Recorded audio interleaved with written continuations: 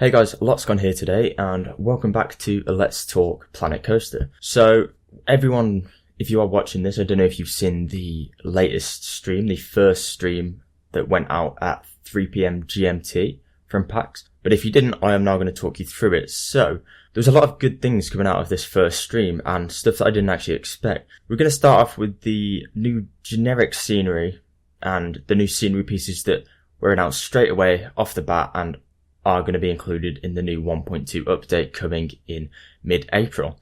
So straight away we had shop signs coming in. Brand new shop signs for every single shop that is included in the game currently. They did state that when they bought in some of the shops during the winter update that they didn't actually put in some of the signs as they weren't currently to the standard they wanted.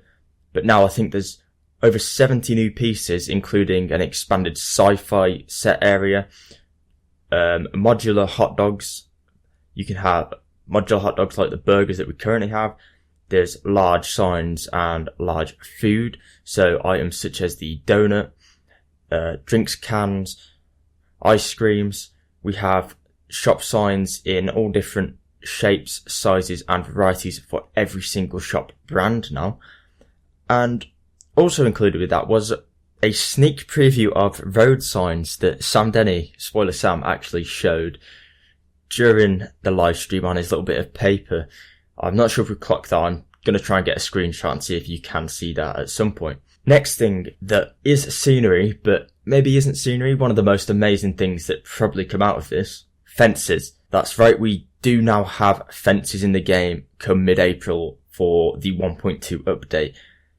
I saw probably about 7 or 8 custom fence types, and they did actually state that these fence types and the bins and benches maybe as well, don't quote me on that, but they did say the fence types could be fully customizable using certain objects that are included with the new update, which I am very excited about to see how that will work, as something the game really did lack was placing fences around the paths, and having to sort of create your own fences took a lot of time. But with the new pre-built fences and the fences that will be in the game, I don't know if there's a fence system in place to place it on the side of the path or whether we're going to have to do it manually. But having wooden fences already in the game instead of having to use planks or blueprints every time is going to be a massive difference in building times for me and probably for everyone in the whole community.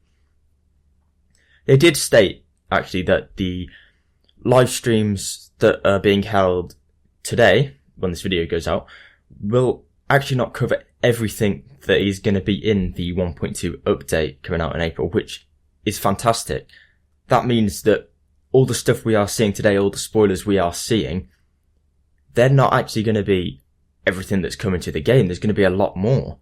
And that shows that the amount of content that they're putting into this game and the amount of effort the developers are putting in time and time again, releasing content for free to try and make this game as best as possible to support the community. And it's absolutely fantastic to see that a big sort of developer like Frontier in their second self-published game is willing to go out of their way and make all this new great content for free for the community.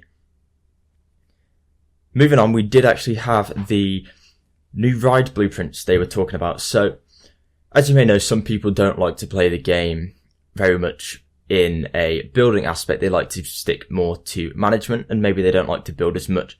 And when the game did release, there may have been limited blueprints for certain rides or scenery objects. Now, they did say that the new blueprints are sort of track ride based or roller coaster based. So we've seen 3 different ride blueprints: a new rapids, a new airstrip launch coaster, which looks absolutely amazing to put over the water. A little bit of a hint, maybe it leads to actually building closer to the water, because it was quite close to the water. I don't know, we'll have to wait until the April update to see that, but if it does mean that, then it's an absolute fantastic addition. And again, a car ride that we saw with pre-built scenery in a sort of garden area, which would be nice to sort of, a nice addition in a sort of family area in the park, or maybe just a sort of garden area in the park, a backstreet garden or Alice in Wonderland area within your own park. Moving on to the new rides that were announced, we had the rollerplane ride, which we saw in the pre-show. If you haven't seen that, I will put a link at the end of this video. The pre-show screenshot that we did see showed the rollerplane ride, which is called the Zozo. Now, this ride was extremely detailed. The gears and the mechanic in the middle is absolutely amazing how it worked.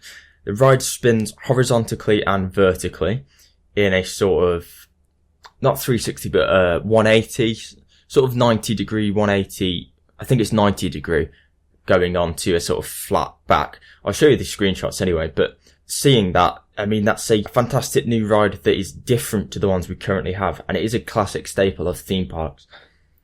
Once again, Sam Denny did point out that all the drive pulleys and the cogs inside the mechanism in the middle do actually all work as intended, and it just shows the amount of detail once again put into these rides by the developers. Moving on to the Alexa machine, which is the second flat ride that was announced in this live stream. Don't worry guys, I think go-karts will be coming in the next live stream, but until then we're going to have to wait until 7 PM. Yeah, this was actually inspired by the Huss booster, Sam Denny did say. And it features, again, a full light sequence with the revamped lighting system they brought in during the last few updates. And it features spinning and rotating of different areas of the ride. So the ride actually spins around on the bottom, and the seats that are actually in the ride rotate around as well in different directions. And it actually could be one of the most exciting thrill rides in your park, creating some of the most G-forces that we have seen in the game so far. Now moving on to the last actual, or not the last, the big spoiler coming out of this, something that not many people expected would be included in the game, something that I personally wasn't sure if we'd see in the game due to us thinking it had been cut out, and that is security guards. Yes, that's right, security guards are back in the game. They didn't want to put them in because they didn't feel like they were ready at a certain time, but they are now back in the game and they're going to affect management on a completely whole new level. So we'll go over what they did state there. They stated that the security guards will actually chase the different criminals around your park, starting with pickpocketing criminals. We have pickpockets that will actually now come in and try to steal from your guests during pickpocketing. They did state that the bigger and better your park, the more chance of people actually coming in and trying to pickpocket.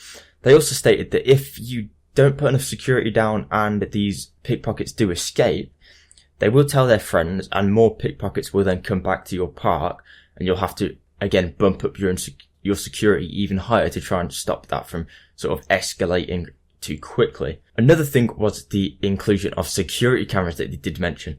So yes, that is right. We do have security cameras now coming into the game, and they're going to help with the whole new security feature and the criminal feature that we have coming into the game. The second criminal that had in the game is now going to be vandals. So they couldn't mention, but like in the old Roller Coaster Tycoon games where you had vandals destroying your bins and benches, that is going to be the same in this game. We are going to have security in to stop vandals from destroying your bins and benches.